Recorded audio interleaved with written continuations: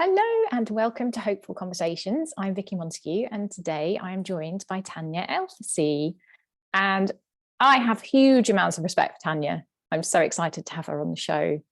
And I'm gonna do a really short intro like I normally do and then hand over to you because I have, I know how much there is that you can share with us. But I was just saying to Tania before I hit record how much I respect the pointing that she does, I guess, to the innate intelligence of aging, and particularly for women. And I was reflecting on how, in the Western world, we have this kind of idea that being young is amazing, and that we should all stay young, and that we should resist aging, and that aging's bad. And when we get old, we just get kind of forgotten about or shoved to one side. And how in more underdeveloped economies, I guess, there's much more of an embracing of aging, of a kind of innate knowing that older people have wisdom, and that there's a different narrative, I feel. So I'm going to hand over to you, Tania. Can you just tell us a little bit about your kind of how you ended up interested, I guess, in this whole process of aging? And I know it kind of started with perimenopause for you. But yeah, if you could just tell us a little bit about how you ended up here, that would be fab. Yeah. First of all, lovely to be here with you. We've been growing together and it's lovely to watch you blossom. So yes, I seem to be following the parts of the life cycle of a woman's life cycle. And so I was I did publish a book on motherhood, and I was working to sell that and promote that, etc. And I was at the time in my early mid-40s, and I started experiencing symptoms, and I didn't know at the time about perimenopause. I didn't know that women could start the change in their 40s. I just, for some reason, thought, oh, menopause, that's in your 50s, average 51. It must happen quickly. I don't know where I got that idea from, but that's what I thought. And so when I was experiencing symptoms in my 40s, such as night sweats and migraines and a bit of hair loss and really sort of like big mood swings, which I then determined were sort of 2 weeks of PMS every month, which I used to experience sort of a short day beforehand. And then that sort of expanded to 2 weeks every month. When I realized that this was perimenopause, and I then asked all my 40-something friends, well, did you know? Did you know we're going through the change? And these symptoms are what's connected to it. And no one seemed to know. And that set me off on a path of, well, what's actually going on? And could it really be this story that we're told so often about it's your hormones are getting it wrong? And to me, that didn't seem right. That didn't seem like an experience that I'd had with my body, that it could be getting it wrong. And so I just started researching more and more. And then I came across the 3 principles, which you also share. And everything just clicked into place. I had quite soon an insight about the nature of thought and how I was creating stress in my life innocently. And within days, all my symptoms cleared up. So all my physical symptoms and emotional symptoms just cleared up. And I thought, okay, this is interesting. What's just happened? But I didn't really understand how significant that was. But with time, I realized how significant that was and how useful it could be to share what I had experienced. And that was back in 2015. So ever since then, I've been supporting women through perimenopause and menopause and bringing them to a very different understanding to the one that is put out by our society, which is downhill from now on. from menopause onwards, it's, everything gets worse, and menopause is a cause of chronic disease, and you need to be fixed in terms of your hormones. And I've realized that just can't be true. And it's not true from my experience. It's not true from the experience of women who I've supported over the years. And it just doesn't make any sense that our bodies wouldn't know how to get through this time of change.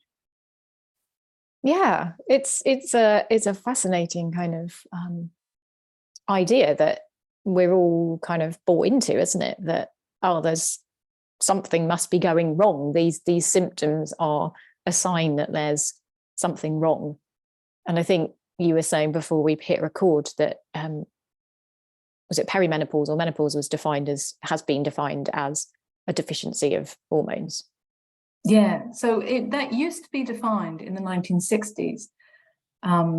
Interestingly, back then, menopause wasn't split up into perimenopause, menopause, and postmenopause. Right. For some reason, over the last 30 years, that happened. And now that whole time is being defined again as a hormone deficiency. In the 60s, it was a hormone deficiency disease. So they've dropped off the word disease. But they're still using hormone deficiency. Certainly in the UK, they're pushing that out again. And as soon as you say you're experiencing a deficiency in something, then of course you need some kind of supplementation to overcome the deficiency. But it's not only that, you're looking at the body as a machine. And you're saying, it's just like a car that needs, a part fixed or something added or oil changed or something like that.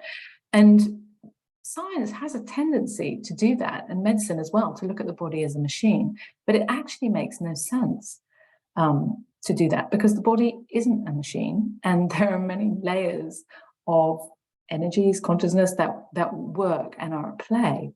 And my experience of being able, just through insight, to witness all my symptoms heal is an example of how the body isn't a machine. There wasn't anything that I needed to do physically. And I've been trying for a few years, going to different treatments, taking different supplements, taking different potions, hoping that there was that one thing that would fix me from the outside. Until I realized, no, this is all going on inside. And it's my body in its brilliance working with me to bring me back into balance so that I can live a long, happy and healthy life. And that's all that's actually going on when we experience symptoms. It's the body saying, okay, something's out of balance. Can we do something about it? And so sometimes the symptom is actually the body trying to itself bring us back into balance. For example, that would be like a symptom of if you've eaten something that's wrong, that doesn't go with your digestive system very well, your body will vomit, right? And that's brilliance. That's not malfunction. That's the body getting out what it doesn't want inside. So why would any other symptom be any different? There's intelligence in our symptoms. Like I said, either because the body itself is bringing us back into balance, or because it's trying to wake us up that there is something that we are doing in our innocence to push the body out of balance. And we can work with the body to come back into the natural balance, which is innate health. And that's our default. And I'm curious, because I know there'll be people listening who will be saying, how is it intelligent that my hair's falling out? How is it intelligent that I can't sleep anymore? How is it intelligent that, I'm grumpy for 2 weeks every month? I'd love to hear more about that for you and your experience, and what you kind of understood, I guess, about that. You talked about how when you came across the 3 principles, it was almost immediate that the symptoms disappeared. I'm kind of curious to know more about that in your experience and how that kind of played out. You said sort of that you were having there was an innocent, I can't remember your words, but a misuse of thought effectively that was kind of possibly creating the symptoms. I'd love to hear more about that, just because I know there'll be people sitting here going, I don't know what she's talking about, because these symptoms are horrible and I don't want them. Right. So to talk about the intelligence first, this idea. So if we were to look at trees in autumn, we could say, well, that looks like a malfunction, right? Why are they losing all their leaves? It's just like, that can't be right. Like if we didn't know about the seasons, right? We could say that can't be right. That, the tree must be dying, can't be like that. So it's not a direct comparison to hair falling out. But the thing is that your body is an ecosystem, and it's working in its best way that it can, with conditions on the ground, to keep as best it can on a healthy path, because that's the way it's designed. Just like the tree that loses its leaves in autumn, but then grows them back, right, come spring. Then, like, why is it doing that? It's doing that because that's the way that it preserves its health through the seasons. And there are things that happen in our body that involve change, and you can look at it as a sort of a seasonal change as we move into perimenopause and menopause. And there are things that happen that, because of the conditions that we create in our innocence, most often through stress, but also through, like, if we would just be sitting on the couch and eating crisps all day, like, the body might not be really happy about that, but it would have to deal with that sort of increased stress on the system in different ways. And that may involve different symptoms that it creates to try and bring the body back into balance because of the conditions that we've innocently created. So we can't say, well, some symptoms are stupid and some are intelligent, right? No, actually, they're all intelligent, but we don't have to actually know what's the intelligence behind a night sweat or a hot flash. Like, I've got some ideas about the idea that it seems that in times of change, our body raises the temperature a little bit. And you see it in teenagers, you see it in pregnant women, you see it postpartum. So you also see it in menopause.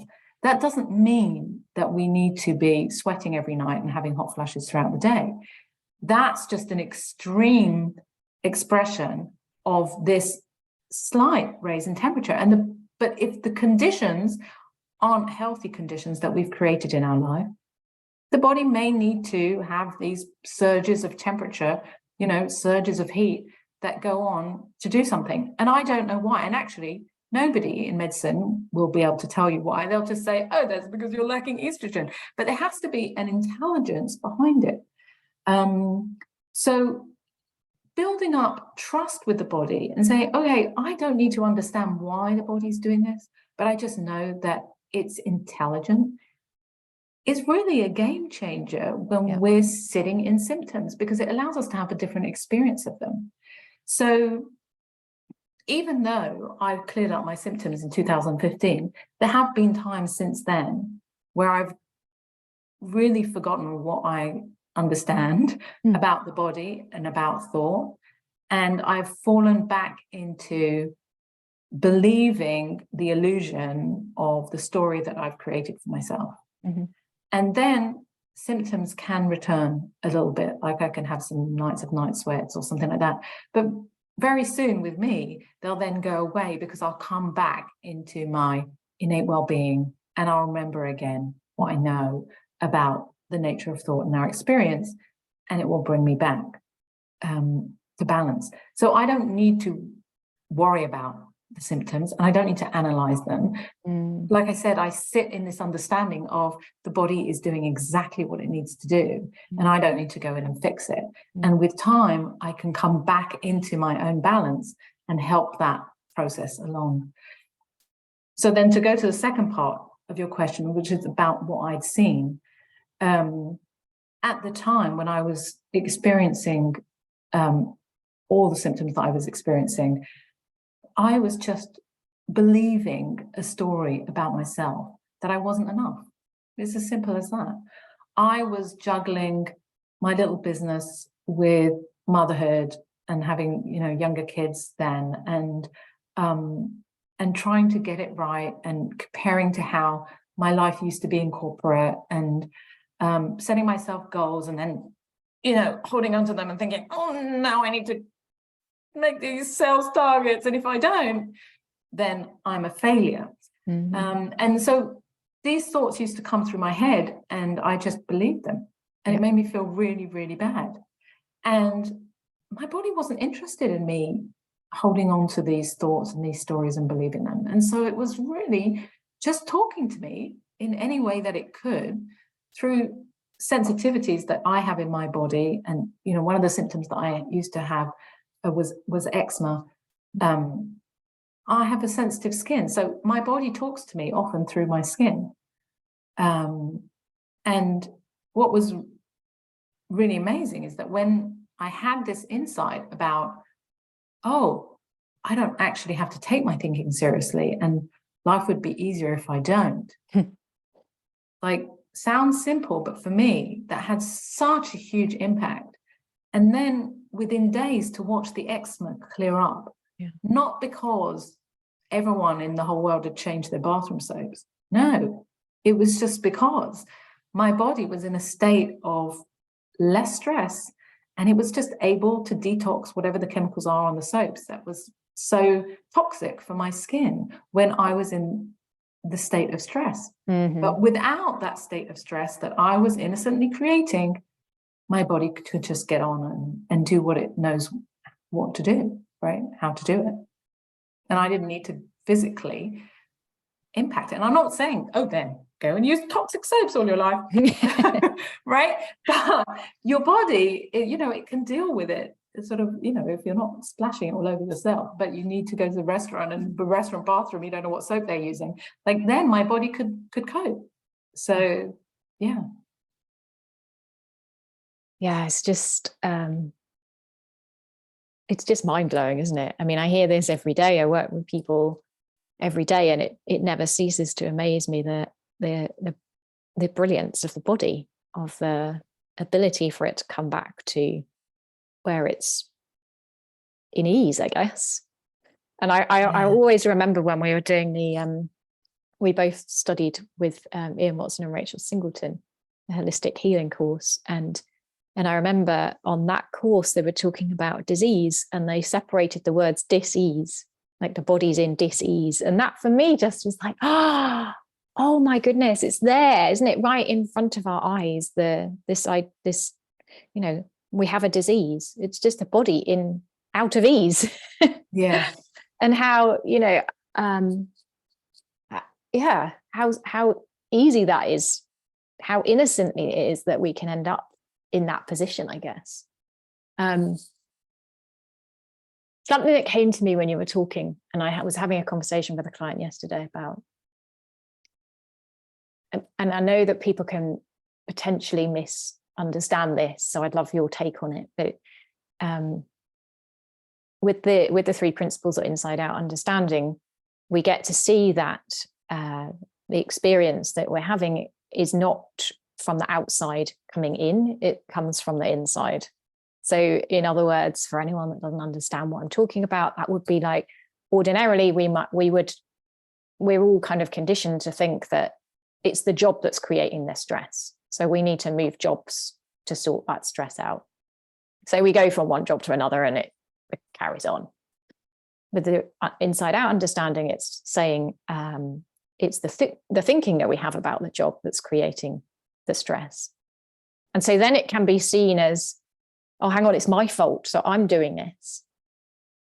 And I heard something in what you shared just now, in that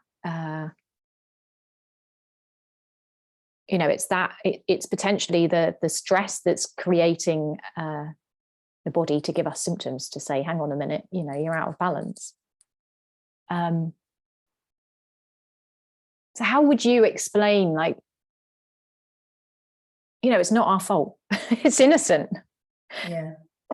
Because I know it can then be taken as like, oh my gosh, it's my fault. I'm thinking these stupid thoughts, and I shouldn't be thinking them because I'm creating stress in the body, and now it's my fault that I've got these symptoms. And so it can then end up almost being another kind of way of creating more stress. So I'd love to hear what you have to say on that? Yes. Yeah. What comes to mind is the focus on the feelings and how we misunderstand that. And I used to misunderstand that just because we weren't taught any different way. So, for example, when I was having all these thoughts about feeling not enough and not being successful in my business, and what did that mean, and what kind of woman was I, that I wasn't making the money that I thought I should be making, etc. These thoughts would come into my head, and I would believe them, and I would feel really bad. And the bad feeling for me pointed to, at the time, truth in the situation, in the circumstance, that I was seeing something that was absolutely true, and thus I felt really bad. Yeah. When actually it's the opposite. Mm-hmm. The bad feelings, or uncomfortable feelings, however you want to call them, they're coming up to point out that there is no truth in these thoughts. Mm-hmm. And truth feels very different. Truth feels like calm, peacefulness, possibility, and it has a very different flavor to it.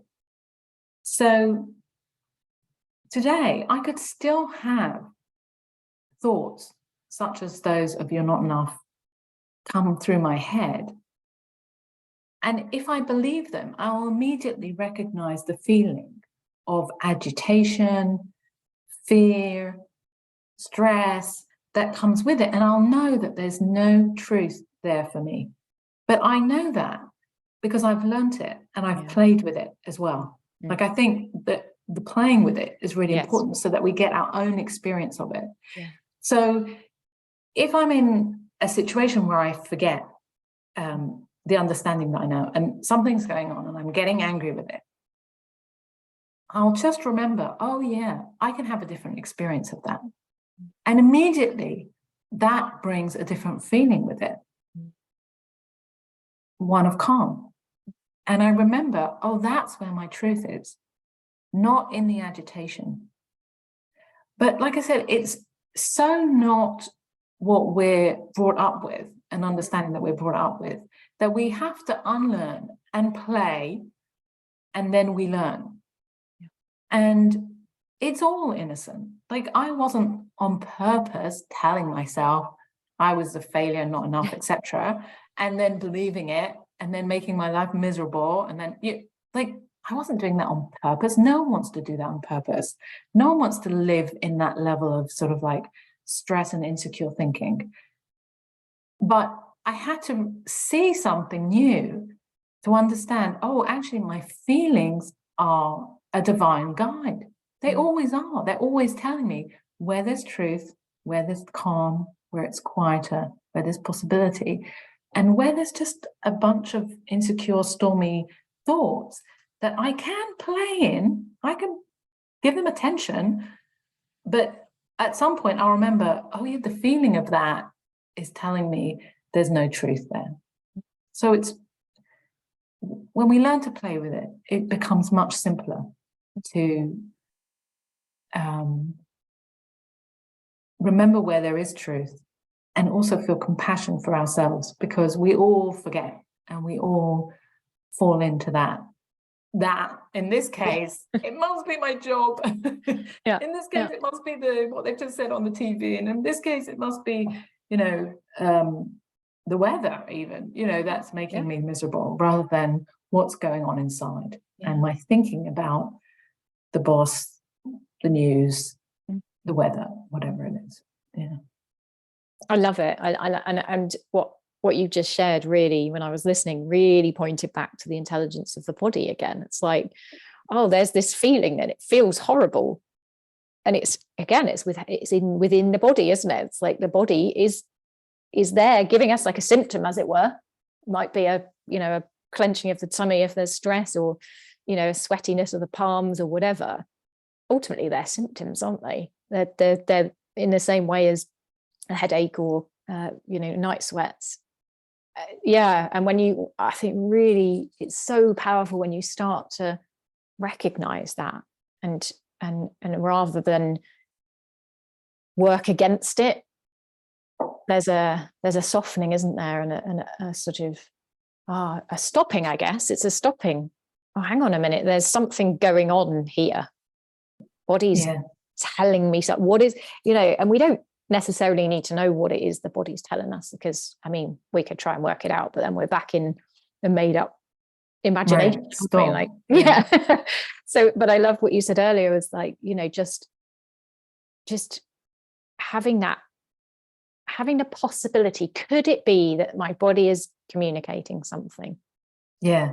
And again, if we can really relax into a trust within the body, a trust of the body that comes from within, right, then it becomes much easier to recognize where we're taking ourselves through our thinking and our feelings, etc.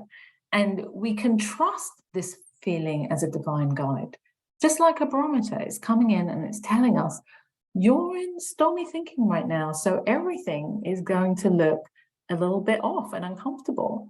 And as soon as you see that, you don't have to push the dial, I want to get it back to clear thinking, or light thinking, etc. It will just automatically go back as soon as we see, oh yeah, I'm in stormy thinking. That's all we need. We don't need to know, like I talk about, the different experience that can be had. Just remembering there's a different experience that can be had is enough. We don't need to know what the experience is then going to be, right? What is the different experience that can be had of my boss? What is it? No, we don't need to know. We just need to remember that a different experience can be had. Yeah. And again, it's that trust in the feeling that's guiding us. Oh, here we are in the stormy thinking. Oh, I remember there's a different experience that can be had. The feeling will change, but we don't need to force it. It just happens by itself. And that's just the brilliance of the body guiding us. And like you said, that's the intelligence of the body. The feeling is the intelligence of the body, and it is the pre-symptom, right? It's like, oh, if we stay in these stressful feelings and uncomfortable, tight, fearful, etc., the body really doesn't want us to be there, because it can create discomfort, dis-ease down the line. So it's telling us, this is where you are right now. You might want to see something, and you can come back into balance, and then you can stay in your well-being for longer. But the body's really interested in us not living stressful lives, because it knows what's needed for good health. So it's working with us. We come in our Western, analytical body as a machine kind of thing. Oh, something's broken, it's malfunctioning. No, it's being brilliant. It's guiding us. We've just forgotten how to listen and, how to relax and how to trust that guidance. Love that. And I'm kind of thinking, for someone who's maybe listening from that place of, everything's going wrong with the body, like there's clearly stuff going wrong. What would you say to somebody who's in that kind of state? Like, what would be the first sort of step to getting this understanding? If we can listening to this, if we can leave that idea of everything going wrong and really see that it just can't be. The body always tries to bring us back into balance. Always. And look, if I, hit my arm on, closing the door or something like that, and I didn't know about how the body responded, I would look at it the next day and go, I've got bruising disease. There's something wrong. I've got bruising disease. I've got blue and black disease, I've got whatever disease, we want to make it up, right? And because I know the way that the body works, I can look at my arm and go, oh, it's using what it can to heal that area that I knocked in my innocence, right? Didn't do it on purpose, knocked it in my innocence. Body comes in, swells, brings blood in, it changes color, but it heals the area and there's nothing that I need to do. So we know that, right? As a bruise, we don't go on, I've got bruising disease, right? We know that that's the body's intelligence.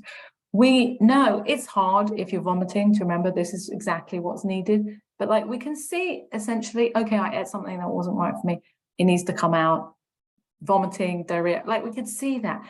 Temperature, more people are coming over to the understanding that that is the body's tool for helping healing, progress.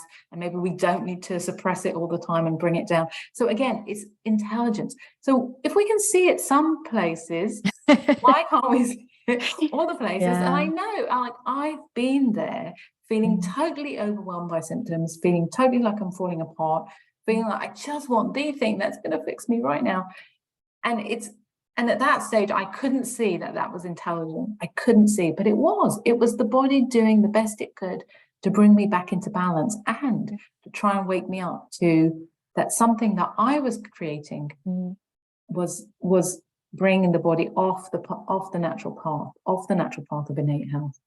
And so together, and we really are co-creators, because like left to its own way, the body will just stay on good health. Yeah. But we come in with our idea of a lifestyle and create all these conditions that can take the body off a path of natural health.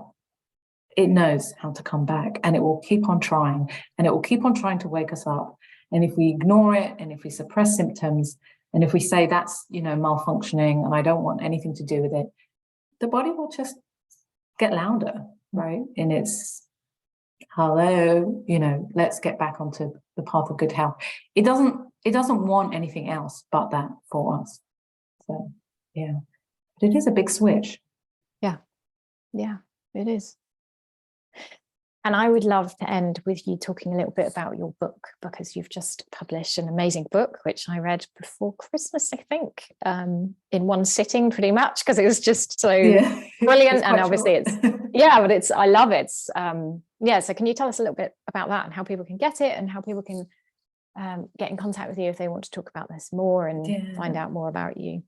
Yeah, thank you. So it's The Wiser Woman's Guide to Perimenopause and Menopause. And in it, I share my experience of healing my symptoms and the understanding that can help all women get onto this path of natural healing and well-being, even while their hormones are in flux. It's really a refreshing, I hope, and inspiring read, especially with everything that's going on, particularly in the UK, of trying to force a sort of pharmaceutical agenda onto this natural part of our life cycle, when we can have a different experience and we can tap into the body's brilliance and allow that to play out with our help to keep us in well-being. And so it's available in all bookstores, actually, and obviously on Amazon and online, and as an ebook and a paperback. And and you can find me at thewiserwoman.com. And I'm actually having a Meet the Author webinar, so people can join that, and I'll have them every few months so that people can come and ask me questions about things that I've written in the book, and in general about perimenopause and menopause and women's health. And I'm happy to share, always. Amazing. And I would just like to finish with, the book would be amazing for anybody to read. I know that you've written it specifically with women in mind, obviously, because the title, but I think if you have any health challenges, it's a beautiful read, a beautiful reminder that, like we've been talking about, the body knows exactly what to do and is just communicating with us. So I would encourage anybody to read it, not just women or perimenopausal or menopausal women, everybody. It's just taken from that lens, but what I'm sharing is for all of humanity, really. Exactly. And it's for whatever we're facing in terms of a health challenge or any kind of challenge. and how we can have a different experience of it all. Yeah, thank you. Beautiful. Oh, thank you so much for coming on, Tania. I really appreciate your time. And I'll put all the details in the show notes so people can find you and come and talk to you. Great. Thank you, Tania. All right. Speak to you soon. Yes. Bye. Bye.